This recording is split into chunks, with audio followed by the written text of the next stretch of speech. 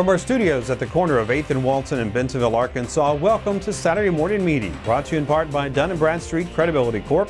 Saturday Morning Meeting covers Walmart, Sam's Club, and the consumer product companies that are represented on the racks and shelves throughout the country and around the world. I'm Derek Ridenauer, and our focus is on the insights, trends, and best practices to help you as a supplier grow your business with the world's largest retailer.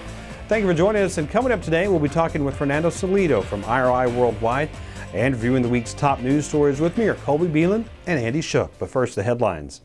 The Washington Post reports on hopes that increased consumer spending will spur on the economy in 2014. Analysts note that consumers in developed countries are expected to increase purchases this year, though the good news is tempered somewhat by expectations that spending may slow in some large emerging economies. Global retail sales growth jumped to a 5.4% annual pace in the 3 months through November, according to economists at J.P. Morgan Chase.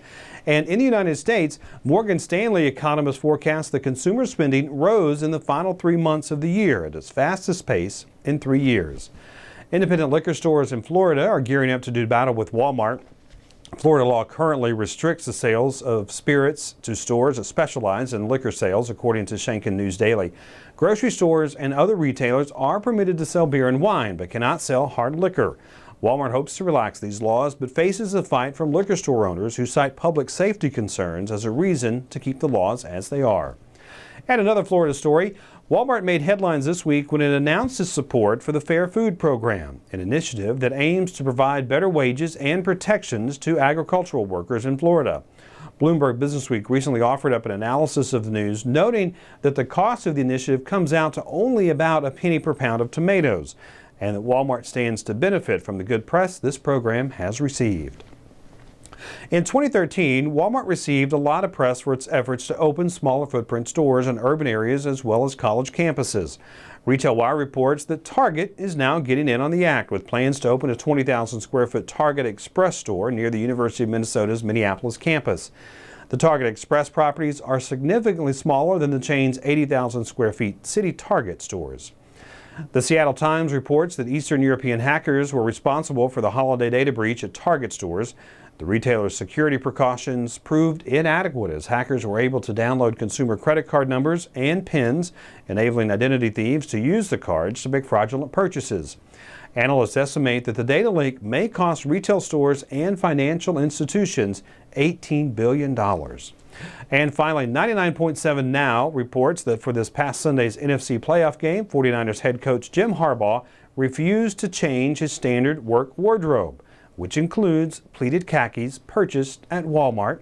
The famed pants, which have earned the ire of Coach Harbaugh's wife, unfortunately were not a good luck charm for the 49ers, who lost to the Seattle Seahawks with a score of 17-23. Check out Walmart and supplier news as it's reported on walmartnewsnow.com. And we're joined now by our panel, Colby Beland from K-Stack and Andy Schuch from Harvest Group. Welcome, guys. Top story this week, consumer confidence seems to be on the increase. Wall Street Post or the Washington Post published an article. Colby, you're not quite buying that, are you? I hate to be cynical by any means, but the facts are the facts. Unemployment is still hovering around 8%, and gas prices are high. Obamacare, healthcare is still rolling into the economy, and people are trying to figure out the cost and the impact to themselves, and I don't see it. Well, I look at it each year. Whenever we start off January, it's always announced that this is going to be a great year. There's going to be bigger increase. It's almost like you hear it optimistic. Yeah, exactly. It's like you come into the year optimistic, kind of like when you do your January. What do they call resolution? Your resolutions, like, I'm going to lose weight by the 15th. I'm going to lose weight. I'm going to do this. Yeah, it's kind of the same type of thing and whatnot. But I think Colby's right. I mean, there's a lot of questions with Obamacare and what health care is going to cost.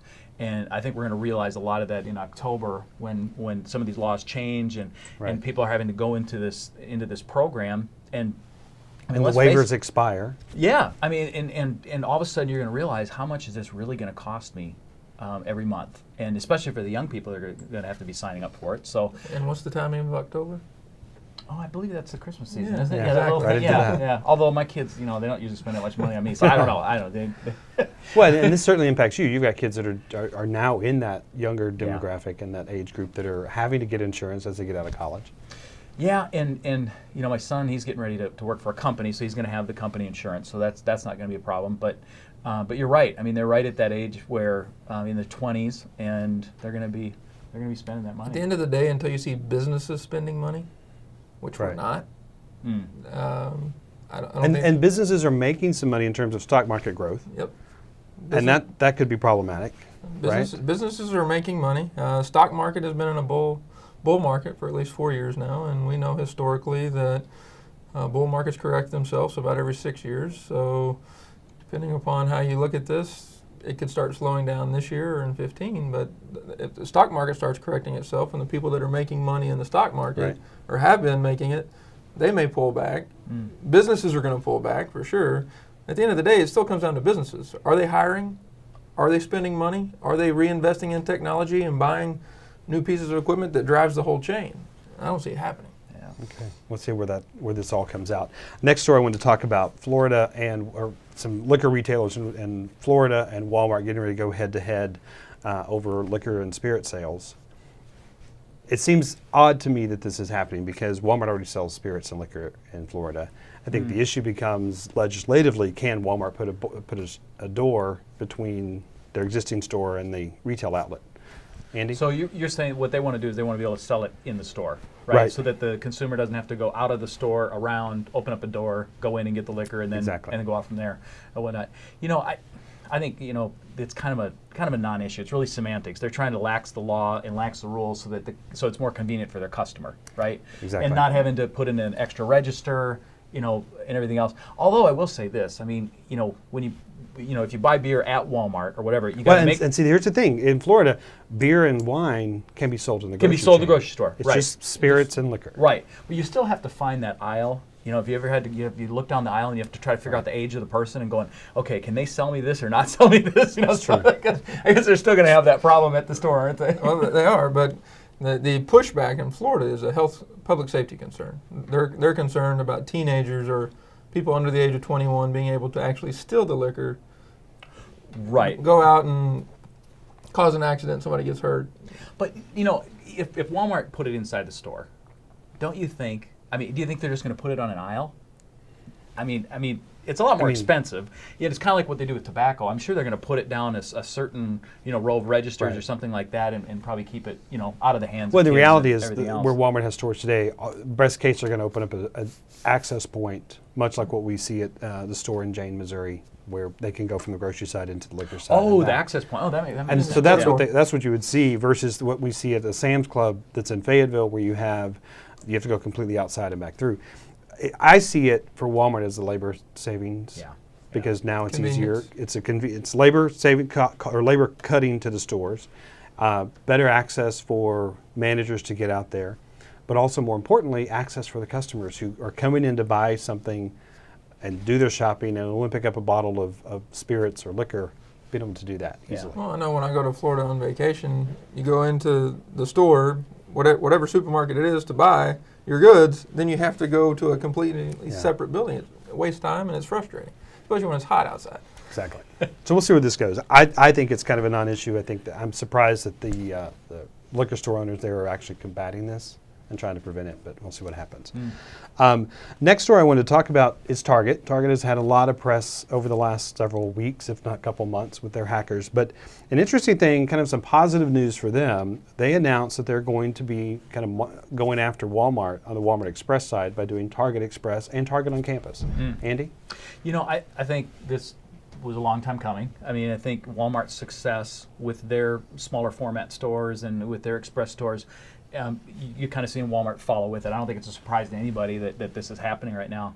And having that shopping trip in between, when you go into a supercenter store, you may only go in there once or maybe twice a month because you don't want to go through the lines and everything. Right. But having those express stores for Target is going to help them, increase that shopping trip. Well, we're seeing convenience being the big factor, particularly for sure. millennials, particularly for the boomers as they're getting older. Right. Yeah. I don't know. No doubt. I think it's probably a wise decision. I mean, Bill Simon came out just recently and said that the small store format, the express store, is profitable within a year. So it doesn't surprise me that Target's following suit. But again, they're following. They're not innovating. They're just kind of trying to keep up with Walmart. Well, what's interesting, too, is that Walmart announced 9 months ago, roughly, that small formats is really going to be their growth, and neighborhood markets are going to be exploding this year and next year. So what I find interesting is Target waited so long to do this. I think at this point they're kind of trying to put lipstick on a pig because of all the bad news that they've had. They're laying some people off now. Yeah. Well, they have 475 people, I think, was announced today. They cut part-time healthcare.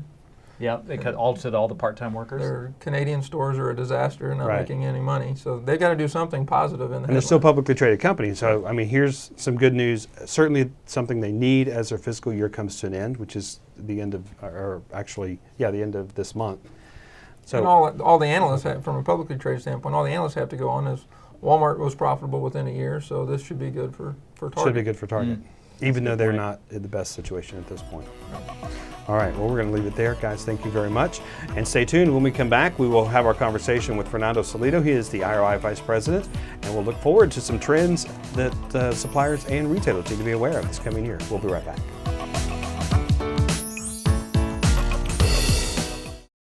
GigWalk is an on-demand mobile workforce that can collect data and do work at retail. Businesses use GigWalk for retail audits, merchandising, and much more. With 350,000 smartphone-enabled workers available on demand, you get unprecedented speed and coverage across the U.S., Canada, and the UK. And all work is reviewed for quality and accuracy. Visit gigwalk.com to learn more. At Crystal Bridges Museum of American Art, we can help your business meetings get out of the box. Way out of the box. With refreshing views of the museum's 120-acre grounds, breathtaking architecture, spacious meeting and presentation venues, and top-notch catering from 11, our award-winning restaurant, not to mention more than 400 works of art by American masters. Your meeting at Crystal Bridges will be anything but in the box. Call us today and let our team of professional event planners arrange your next meeting at Crystal Bridges Museum of American Art. Everyone visualizes how amazing it would be to be an Olympian. It's the kind of thing you dreamed about your entire life. When the Olympics come around, anything can happen. You try to go as big as you can. You have to be inspired, you have to be motivated. I'm gonna be ready to go for Sochi.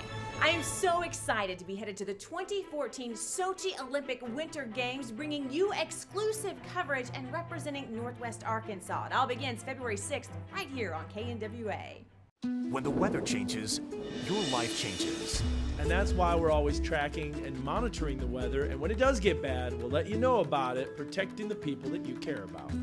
Northwest Arkansas's weather can change in a moment's notice, so when it does become severe, we'll be on air and online with your family's safety as our #1 priority. Dan Scoff, Gina DeVecchio, and Clint Boone, the meteorologists of the Northwest Arkansas Weather Authority, proudly serving Northwest Arkansas.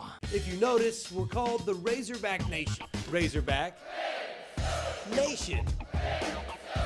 We eat, drink, and breathe Razorbacks. Aaron Peters, Alyssa Orange, Chris Fry, and Mike Irwin. If it's Razorback sports, you're gonna find it here. Nobody covers the Hogs like we do. The Razorback Nation. Your one source for Razorback sports. It's the state's largest sports team, the Razorback Nation. And welcome back to Saturday Morning Meeting, joined now by Fernando Salido, the Vice President of IRI here at Bentonville. Fernando, welcome. Glad you could make it in. Thanks for having me, Derek. First of all, let's get started with what is IRI? IRI is a global syndicated provider of market measurement information and consumer and shopper marketing information.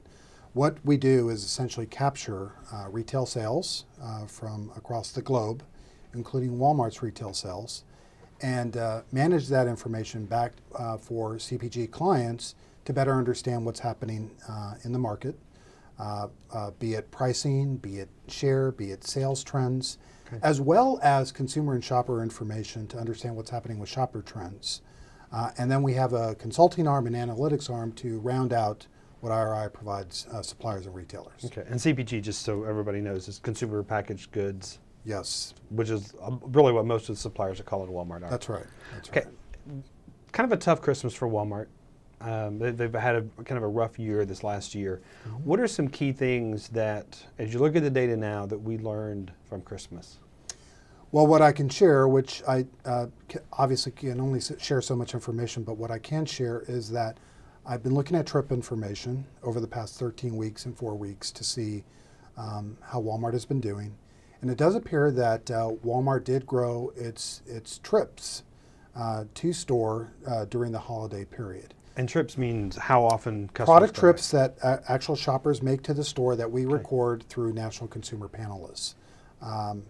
We have seen, and looking at those numbers, it appears that trips overall during the holiday period did grow in brick and mortar. And Walmart grew trips as well. And it does appear that possibly many of these deals were the reason why we saw this traffic grow. I think it'll be interesting to see what Walmart shows in terms of dollar growth and same-store sales growth as a result of the heavy promotion that occurred during the holiday. But we at least did see positive trips to the store, which is something increase over a year ago. Kind of been struggling with over this past year, right? Yes. Not necessarily trips as much as organic growth in terms of same-store sales growth, meaning the first 3 quarters of the fiscal year, we did see same-store sales decline. So organic growth of existing stores has been not growing as Walmart would have hoped. In Q4, there was guidance about possibly coming in flat, but I think Walmart was very well prepared for the holidays to try to drive traffic to the store. So I think that it'll be interesting to see. And again, I think we have to wait for Walmart to deliver those final results. But from a shopper perspective, I do see that they were able to drive more traffic to the store versus a year ago. So as you look back at the data, what are customers, what do they seem to be looking for throughout the Christmas season? Deals. They're looking for deals. It's interesting that Walmart itself reported that the biggest selling item were towels at Walmart. But interestingly, if you look more broadly, in retail as a whole, what was selling in retail as a whole were electronics. iPad being the #1 seller across retailers. And Walmart had a part to play in that too. But at Walmart itself, there were some home goods that were doing well. And looking at some of the numbers, I did see that during the holiday period, you do see beverage and food sales certainly increasing over the past 13 weeks, if we include Thanksgiving in that. Which Thanksgiving, just to make a note, Thanksgiving being a food supplier is really kind of our Christmas. I mean, that's where we do most of our businesses during the month of November. So we saw healthy numbers, as you would expect, in those areas, and then not necessarily healthy numbers in other areas, which I'd rather not describe. Absolutely. But certainly the traditional areas that we track in fast-moving consumables and foods, we did see that Walmart did fairly well in the past 13 weeks around food products. We are going to take a quick break. When we come back, we'll continue our conversation with Fernando Salido. A Saturday morning meeting continues next. K-Stack, the leader in collaborative retail consolidation programs. We offer the supply chain expertise needed to navigate the challenges of selling products with the world's largest retailers. And we provide customers with a customizable, scalable, environmentally sustainable supply chain with the same advanced technology typically used by larger rivals. By leveling the playing field, K-Stack lowers distribution costs and increases overall margins. K-Stack, retail logistics is what we do. At 906 in Bentonville, do you know where your reps are? You could, and you should. Introducing MV Retail, the smart device-driven, dashboard providing, you need to know the truth, and you need to know it now, team management system. Visit us online to learn more, because in the world of retail, wondering is bad, but knowing is good.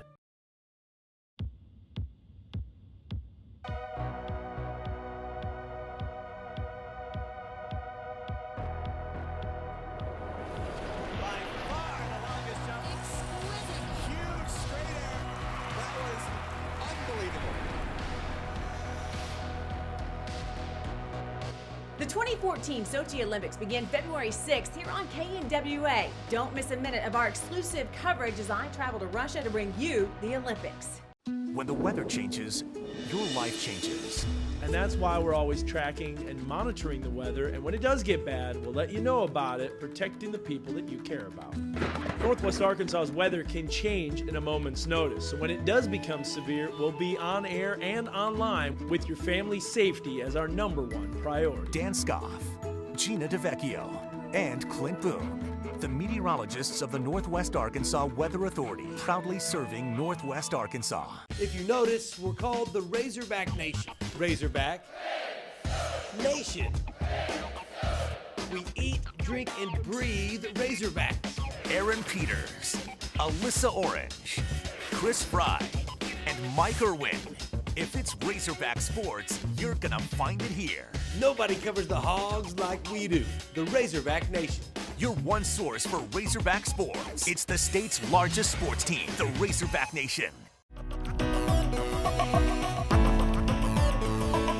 Welcome back to Saturday Morning Meeting. We are continuing our conversation with Fernando Salido from IRI. And before we went to break, we were talking about what can suppliers do going forward in this next fiscal year for Walmart to really help drive traffic, more importantly, though, drive dollars. Right. Absolutely. Well, as you know, where we focus and where my particular focus is on better understanding the shopper. But the overarching premise for all retailers is the race for growth. How do we accelerate growth, organic growth across existing stores in order to improve same-store sales? Again, beyond the operational excellence that suppliers provide every day, from inventory management to on-shelf availability in store, thinking more broadly where suppliers can provide opportunity for Walmart is really understanding the shopper journey. And what I mean by the shopper journey is all the things that suppliers and Walmart can do to help improve those touch points along the path to purchase that shoppers have. The days of discrete, very clear shopper paths are over. What we have today are shopper touch points where shoppers are researching, socializing. You wanted to ask me a question? Well, I was going to ask you, just so we're clear, I mean, historically, you went into the store, you shopped, you got what you wanted, you bought it, you're done. Yes. Now, with the invention of the internet, which obviously has been around for a while, but we see a lot more retailers like Amazon, Walmart.com obviously doing well. Those now become your touch points. So as a consumer, I'm able to research the product. Does it offer the benefits that I have before I ever go to a store? Yes. I may even buy it online, but all of those are touch points. If you go to the store, you pick it up, you feel it. So I want to make sure we're clear on what those touch points are. Yes. So those touch points from the research that they're doing and the socialization with others and word of mouth that they're gaining and recommendations that they're getting from their friends or colleagues, family, that shopper path to purchase or that shopper journey goes all the way through consideration through activation in the store. And this shopper journey, we can help every step of the way with manufacturers and with Walmart, in that it starts with everything from strategy and innovation up front, understanding what products matter to the consumer, all the way through targeting the highest value shoppers that have share to give to Walmart, to activation in the store and direct-to-consumer marketing. And activation in this case means purchase. Purchase, conversion, yes. So if we think about just the pool of people and the high-value shoppers with share to give to Walmart, who are they? How do we find them? How do we activate them in store and directly at home? And that will help reach those touch points that matter to shoppers when they're at home and when they're in the store. So if I'm Walmart, what do I need to do to make sure that I'm getting those customers to touch that product either on my website or in my store? So to me, it starts with understanding, understanding shoppers, consumers and shoppers at home, who they are, and identifying what products matter to them, what trips matter to them. Today, what we're seeing is a contraction overall of trips, and we're seeing different trip types emerge. Trips online for convenience, quick trips, fill-in trips. Those are the types of trips that are growing at other stores. And so what Walmart needs to figure out is, as this changes over time, as traffic and trip types change, how does Walmart and suppliers work together to try to understand what assortment's required for those different trip types, be it online, be it by different store formats, in order to bring the right assortment to the right stores in order to drive traffic and conversion to those stores. So the store of the community becomes even more important Absolutely. as we get into this next year. Yes. And convenience, as Walmart has continued. I know The this number year one factor, the number one factor across a survey that Kantar ran last year is convenience. The number one factor above all is convenience, followed very closely by low price, but convenience actually trumps low price. So understanding what trips matter, and in this economy that we're in terms of the contraction that we see in terms of overall trips, because people are being much more savvy and much more careful about what they purchase and the types of trips they make. We see smaller trips emerging, fewer trips emerging, more convenience trips emerging, which means that we need to have different types of stores to cater to these different trip types, different assortments to meet those needs. And so I think that's what's really critical between Walmart and the manufacturers, thinking strategically about how shoppers are shifting their shopping behavior over time. Okay, a lot of great information. Fernando, thanks for coming in and sharing with us. Stay tuned because we'll wrap up Saturday morning meeting coming up.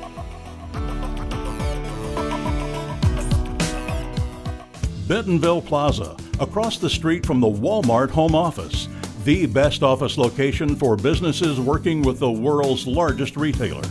Bentonville Plaza offers proximity and services like no other business complex in the area, including custom designed suites and an on-site fitness center and restaurant. Pre-leasing opportunities are currently available for new construction. Call 479-200-1112 today.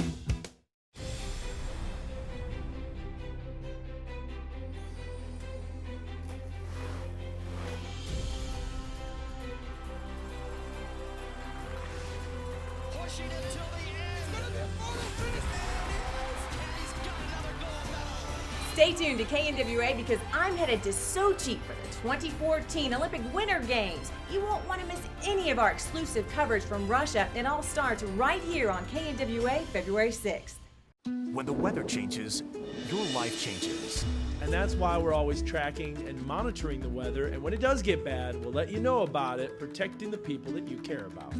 Northwest Arkansas's weather can change in a moment's notice, so when it does become severe, we'll be on air and online with your family's safety as our #1 priority. Dan Scoff, Gina DeVecchio, and Clint Boone, the meteorologists of the Northwest Arkansas Weather Authority, proudly serving Northwest Arkansas. If you notice, we're called the Razorback Nation. Razorback Nation. We eat, drink, and breathe Razorbacks. Aaron Peters, Alyssa Orange, Chris Fry, and Mike Irwin. If it's Razorback sports, you're gonna find it here. Nobody covers the Hogs like we do. The Razorback Nation. Your one source for Razorback sports. It's the state's largest sports team, the Razorback Nation. Everyone visualizes how amazing it would be to be an Olympian. It's the kind of thing you've dreamed about your entire life. When the Olympics come around, anything can happen. You try to go as big as you can. You have to be inspired, you have to be motivated. I'm going to be ready to go for Sochi. I am so excited to be headed to the 2014 Sochi Olympic Winter Games, bringing you exclusive coverage and representing Northwest Arkansas. It all begins February 6th right here on KNWA.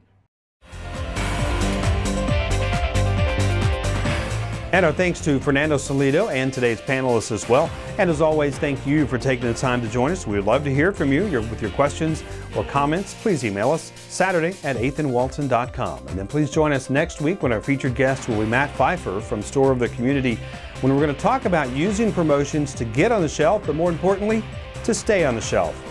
Yeah, so for us as a marketing company, it really is about understanding what is going on within specific communities. And so whether it's a local golf tournament, whether it is Major League Baseball spring training, what is it that is on the consumer's mind when they're shopping in those particular stores? What's going on in those communities? And how can we help suppliers take advantage of those opportunities to create excitement at the stores in a way that resonates with those consumers? All of that is coming up next week. I'm Derek Ridenauer, and from all of us here at Saturday Morning Meeting, thanks for joining us. We look forward to seeing you next Saturday morning.